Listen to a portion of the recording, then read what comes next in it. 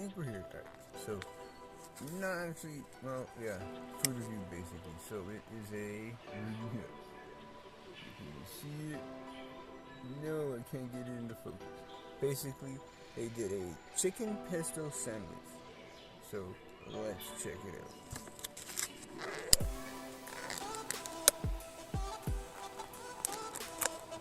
A good challenge of getting it. Alright, so we have, seems to be lettuce, tomato, mozzarella. It's very, very soft mozzarella. Oh no, they got the then pesto and chicken. Yeah, we'll see how this concoction goes. It's kind of reduced, so it means that the bread is not going to be its best. Yeah, it's already falling apart. And it's chunks of chicken. Chunks of chicken. Chunks of chicken.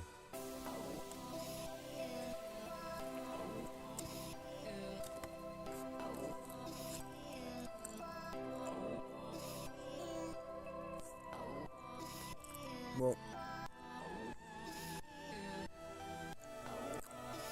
the pesto is delicious.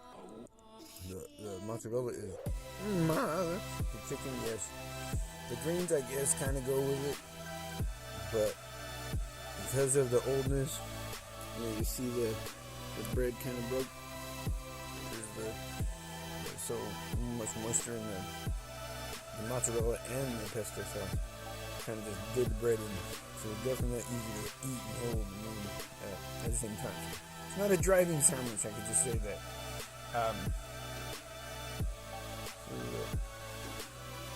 Taste, flavor, I still go 8-9. Holding up 6-4. Overall,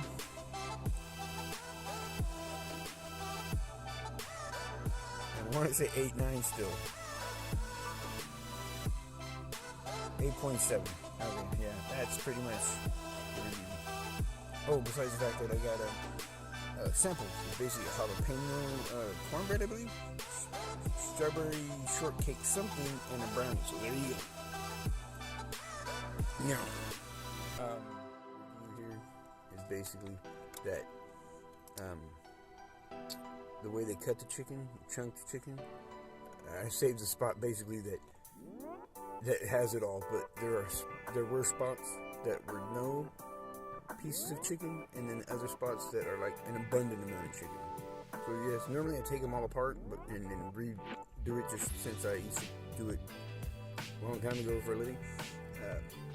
Make a sandwich at a restaurant, Carl's Truck Stop. Anyway, is that because the soggy, the bread isn't actually soggy. It just made the pesto kind of just deteriorated it. So like it's not like wet and soggy, because I hate wet. You want to know one thing I hate? Wet soggy bread. Yeah, no. Anyway, it's not that. It's just that, yeah. And then once you've bitten the mozzarella, it's like it's a big slice of mozzarella, thick slice of fresh. You know what I'm saying? And so it doesn't cover the whole sandwich. So one moment you got a good bite of everything, the next thing you know, a little bit of this. You definitely got a lot of pesto. But yeah, let's see. I'll show you kind of roughly.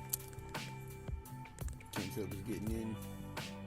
Yeah, so it's like right there. Once you put the sandwich together, yeah, there's a bite. There's a piece of chicken in every bite. But the piece that I just bit before I did this basically had no chicken in it.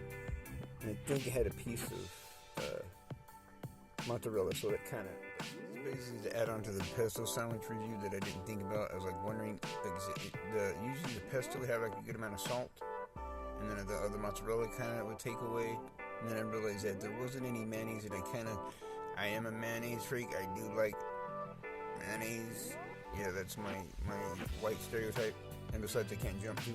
But no, it basically, I would have put a little mayonnaise, and just for contrast, would have did the mustard.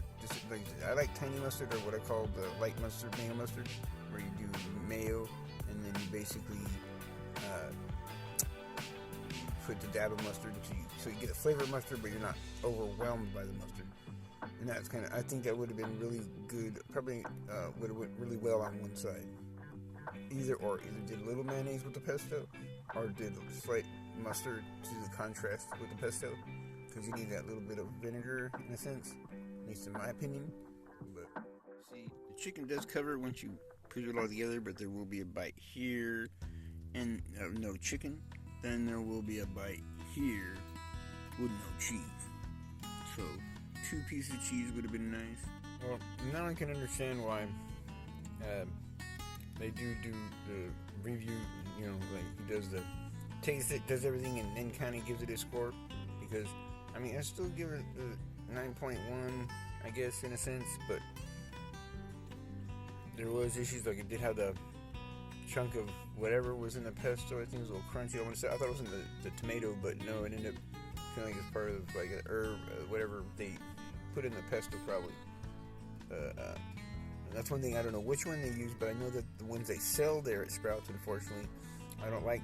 I wanted to try them because I love pesto and I make it myself. I have my own pesto plant. Sometimes I forget the parsley to do it, so I figured if I have a quick little, you know, make some real quick or buy some so it'll be ready. Basically, unfortunately, they use sunflower oil instead of just straight olive oil. And I've been hearing some negative stuff, so don't quote me on that. Look for yourself. But I have heard that they're something how they process it, the sunflower oil. I mean, all oil has some kind of weird processing thing in it, but still, with olive oil being the most natural, and that's what kind of goes with pesto sauce. I mean, even though you're supposed to put pine nuts, and I like using, I use pistachios in mine, but originally supposed to use roasted pine nuts.